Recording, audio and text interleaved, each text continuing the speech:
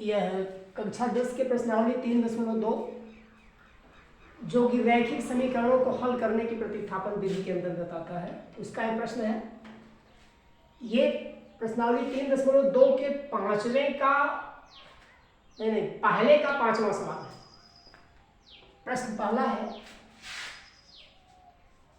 पहला ही ना, दूसरा है, बताओ। प्रश्न एक है, एक में 5वां पार्ट है। यहाँ पे दिया है, देखिए, कर्ण में 2x प्लस कर्ण में 3y बराबर 0 समीकरण 1 है। कर्ण में 3x माइनस कर्ण में 8y बराबर 0 समीकरण 2 है। यह सब कर्ण में दिया है और कर्ण वो चीज है जिसको देखकर विद्यार्थी अक्सर घबरा जाते हैं। तो कर्ण से घबराना नहीं चाहिए, किसी भी प्रश्न में घबराना नहीं चाहिए, उसको हल करना चाहिए। क्योंकि परीक्षाओं के लिए इंपॉर्टेंट है, इसलिए इसको हम हल कर रहे हैं। इसके पहले कुछ सवाल लगे थे और इसको हल करने में हम प्रतिस्थापन विधि का इस्तेमाल करेंगे। प्रतिस्थापन विधि क्या होती है आप जानते हैं, इसमें एक चर का मान दूसरे चर के पदों में ज्ञात करना होता है। देखिए, इस तरह समीकरण 1 हम उठाएंगे। हम समीकरण 1 से एक चर जो है इसको x को बराबर के इधर ही रहने देंगे और एक कर्ण में 3y बराबर के उधर ले जाएंगे, माइनस हो जाएगा। देखिए, कर्ण में 2x बराबर माइनस कर्ण में 3y, या x यहाँ छोड़ेंगे तो कर्ण में 2 जो है इधर जाएगा तो इसके नीचे आ जाएगा, या x बराबर माइनस कर्ण में 3y बटा कर्ण में 2। ये x का मान जो है y के पदों में निकला और ये x का मान हम समीकरण 2 में प्रतिस्थापित करेंगे। यह मान समीकरण 2 में प्रतिस्थापित करने पर यहां पे रखेंगे। यहाँ ये समीकरण 2 है, देखिए समीकरण 2 हमने यहाँ उतार लिया। यहाँ x के पर हमको ये मान उठा के रखना है।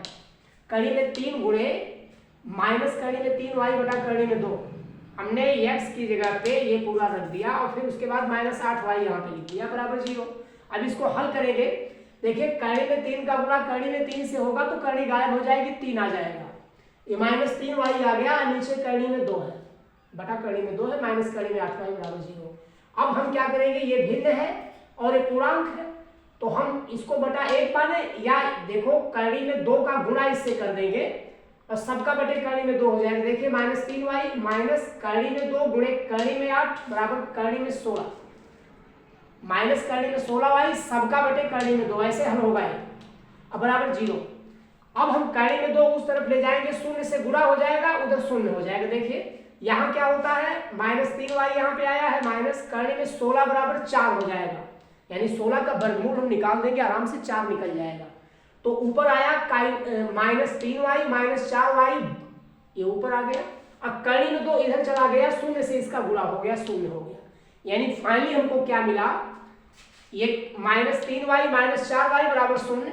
तो माइनस 3 माइनस 4 आपस में जुड़ जाएगा, माइनस 7y बराबर 0, या y बराबर 0 बटा 7। माइनस का कोई यहाँ मतलब नहीं, पूरा मान 0 होने जा रहा है। माइनस आप ले भी जाओ ना भी ले जाओ कोई बात नहीं। y बराबर 0 बटा 7 या y बराबर 0 आ गया। अब ये y बराबर 0 मान समीकरण 1 में रख देंगे, हम यहाँ पे रख देंगे। यहाँ देखिए, कर्ण में 2x बराबर माइनस कर्ण में 3 और गुणे y है, गुणे 0 यहाँ कर देंगे। अब ये 0 पूरा हो जाएगा तो आएगा माइनस, माइनस नहीं है, ये डैश है।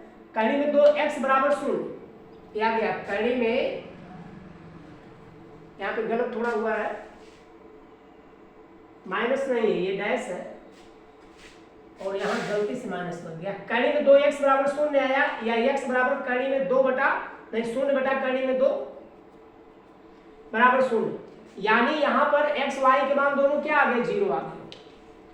अगर आप चाहो तो उत्तर की जांच कर सकते हो, x जगह पे 0 रखो, y जगह पे 0 रखो समीकरणों में, यहाँ पे 0 रखो, यहाँ पे 0 रखो, सब 0 हो जाएगा, ये भी 0 आ जाएगा। वही बात इसमें भी है। इस तरीके से हम जांच भी कर सकते हैं। इस प्रकार ये महत्वपूर्ण सवाल आपका हल है।